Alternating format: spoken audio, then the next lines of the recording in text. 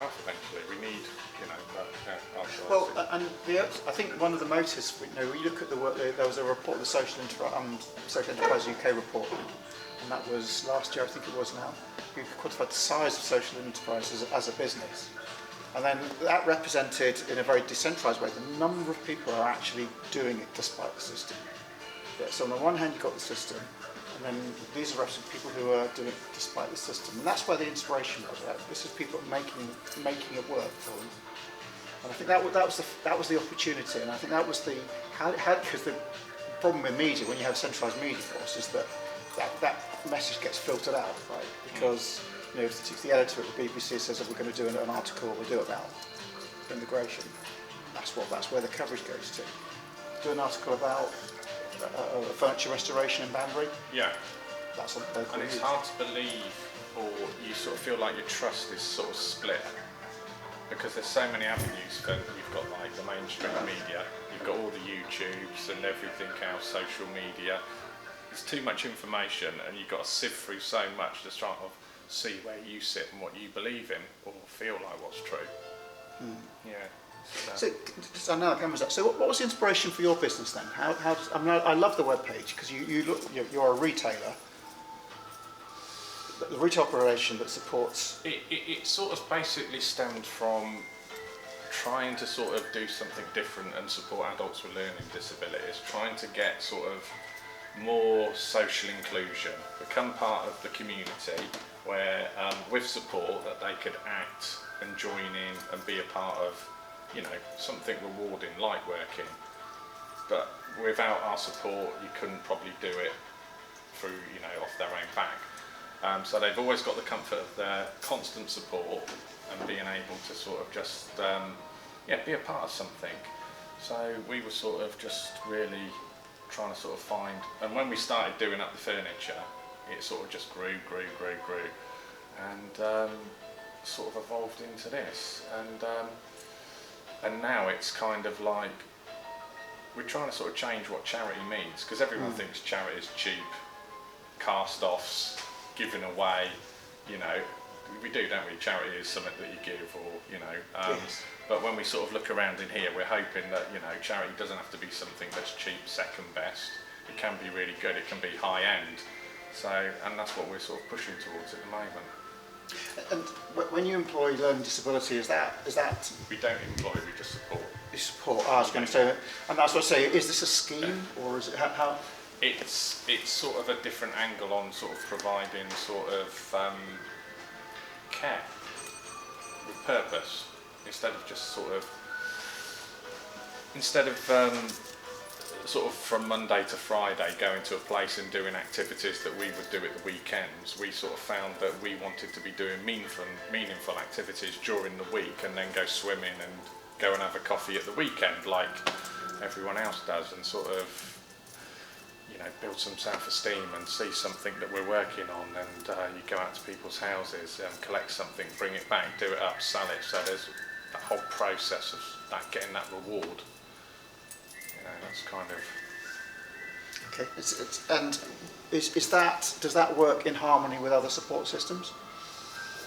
To an extent, yes. We've got a lot of guys who either live at home or live in residential care, so they'll come here from a variety of places. So we're sort of like a day centre, but not. We developed from Oxfordshire County Council into an independent charity. So and evolved from the unit next door to having 2 units. So this is the showroom bit, and then we've got the workshop bit next door. So we've got a diverse sort of process to the business, and we're trying to diversify even more if we can.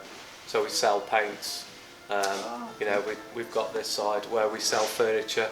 We've got unit holders here, 5 or 6 unit holders, like an antique centre. So and we've got traders coming in, like Jeremy. You're right. It'll be a losing bargain. And do you have the same people in 5 days a week, or do you rotate?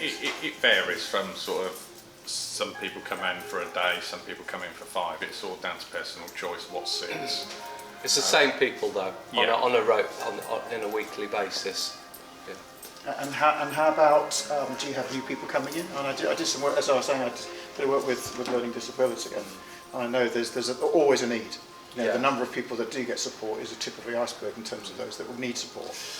Yeah. Since COVID, we found it's been a bit harder. The network of support is a little bit more like GPs. If you want to get a GP appointment now, it's a lot harder, you know, and the same with referrals, etc. It's a bit more watered down. So it's harder. You sort of feel a little bit more isolated from all of that. And the Oxfordshire County Council base has sort of disappeared. They always used to be grouped at Samuelson House, the headquarters, if you will. And then COVID happened, people started working at home, and they've followed that sort of pattern. So you can't get in touch with a care manager or social worker as easily.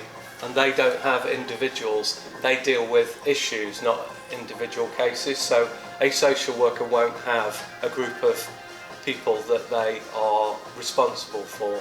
They deal with an issue, and then that's put away, and then it might be somebody else for the next issue. Again, like if you go to your GP, you might see a different doctor 10 times. So that's changed a lot since we've been here, hasn't it? Yeah. It's just harder because we've got space for people, so there's room here for people to come and access it, but it's such a process to get here, you know, unless you've got parents that want to sort of support that, because we do, you know, incur a fee to support, because again, we're trained staff, and you know, health and safety and everything else. So and if you don't mind me asking, if there's a fee, is that to the family, or is that go via account? Does that go through your? That gets funded through the council, or you know, through someone's budget who comes here. So again, we're providing support like everyone else, but we're doing it differently whilst doing sort of what we would class as sort of more meaningful activities. I mean, we have had some people come through that have gone on to get work, so built up skills over a period of time, and now have got a job. Wow. You know, far and few, but between. But you know, it's still a positive step. Some people will always sort of want to be here and like that safety net of a member of staff that can support them at all times or whenever they feel that they need it. And we've had work experience students through here as well. Yeah. Duke of Edinburgh students working here for, you know, for periods 6 weeks or 8 weeks, a half a day or a day a week. And schools. Schools, yeah. Oh, so it's very community. Yeah, we try to be, because they're the ones, if they're at Frankwise School, for instance, they're the ones that will be coming through, because once you're at 18 or 19, whenever it is, things change a lot in learning disabilities. Yes, you lose a lot of support, and it's what you do after that. And again, it's like what we were saying about having unit holders, etc. We don't just want paid staff being there to support you. It's about having a community around you of people that are here through free choice, that are interacting with you, and that's such more merit, isn't it, when you've got sort of like a social network of people with common interests all coming together to do one thing and creating a sort of, like a hub or a centre. And I suppose that's what is partly what I liked about the webpage, is you principally refurbish furniture. And that comes across quite clearly. We do furniture. Was that a deliberate? Yeah. It's a deliberate thing in that we don't want people turning up thinking we are a charity shop and it's all just rubbish, or, you know, something that other people are just trying to get rid of. It's decent stuff, so we had to identify that would, you know, this is here. Although we're working with adults with learning disability, this isn't a charity shop. And it's the label we're trying to get rid of, really. And also, it's like, we don't hide anything, what we do. Some people come in here and just think we're an antique centre. And then when they find out what we do, it's like, oh wow, didn't realise you'd done all that. So we don't shout about it. We don't try and use it to sort of piggyback